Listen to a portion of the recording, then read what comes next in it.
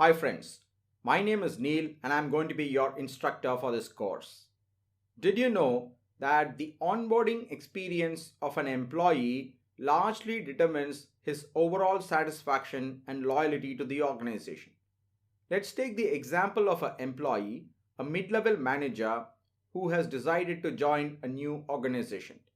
He is relocating from his current city to this new city and he is bringing along with him his family. So, this gentleman has decided the date of joining and he is flying down along with his family and he is put up in the company's guest house. Now, on the first day of joining to the office, vehicle comes on time to pick him up from the guest house. He reaches office, he is meeting his new manager, he gets introduced to his neat new team, and all the other joining formalities are getting completed. So he is given with a laptop, he is given with his login, he is given with all the other necessary infrastructure which is needed for him to run the show. So everything happens in the first half of the day. So in fact, you should say that things have been structured or have been planned so well that the employee is thrilled on the first day of this joining. Now, subsequently, when he goes back from his office, he has to figure out a set of things that his family is wanting him to do urgently, such as look for the school. The school decides where you will find your accommodation, and then you need some suggestion on accommodation, and you find that schools are not giving admission in the middle of the academic year. So, from the second day onwards, though everything is set up for him at office, he is mentally occupied and is not able to dedicate much of his mind space for office work.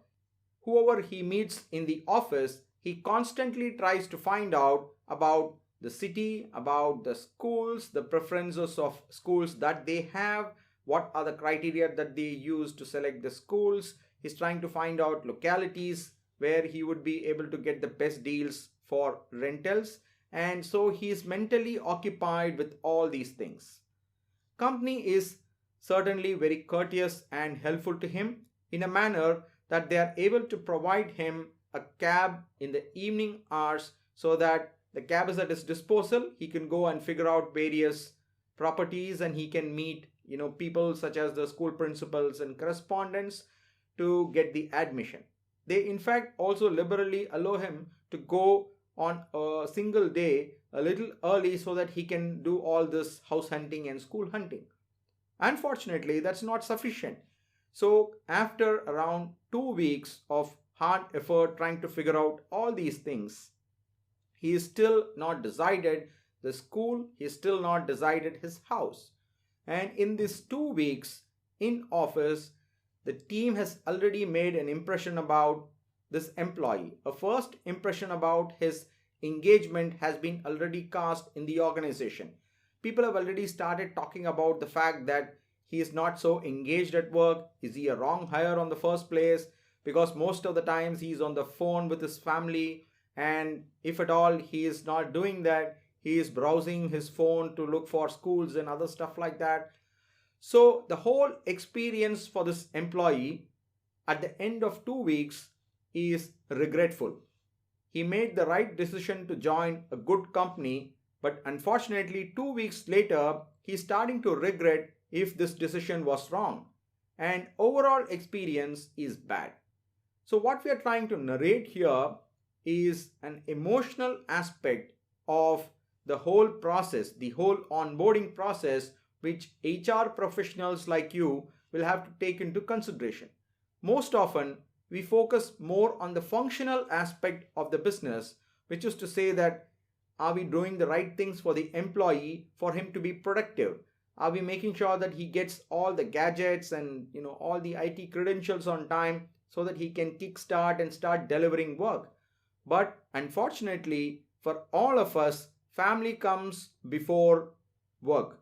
And so, in the first few days, or in fact, first few weeks of his joining, or for that matter, any employee, including you and me, we would be mentally occupied on sorting out things on the home front. As a result, if we are able to put aside our process mindset and focus on aspects which are very emotional for the employee, then we may be able to build the right experience for the employee. So, in this course, we will talk about what is employee journey mapping, which is a design thinking tool.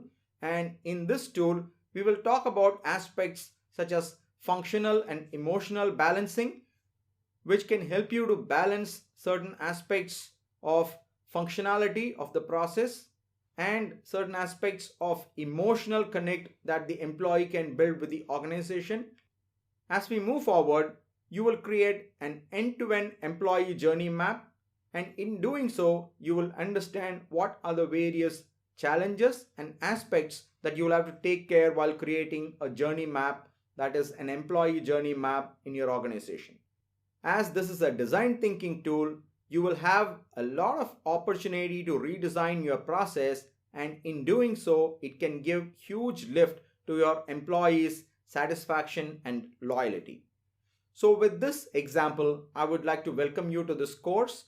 As we move forward in the other lectures, we will talk in detail about an employee journey map, design thinking, and construction of an employee journey map.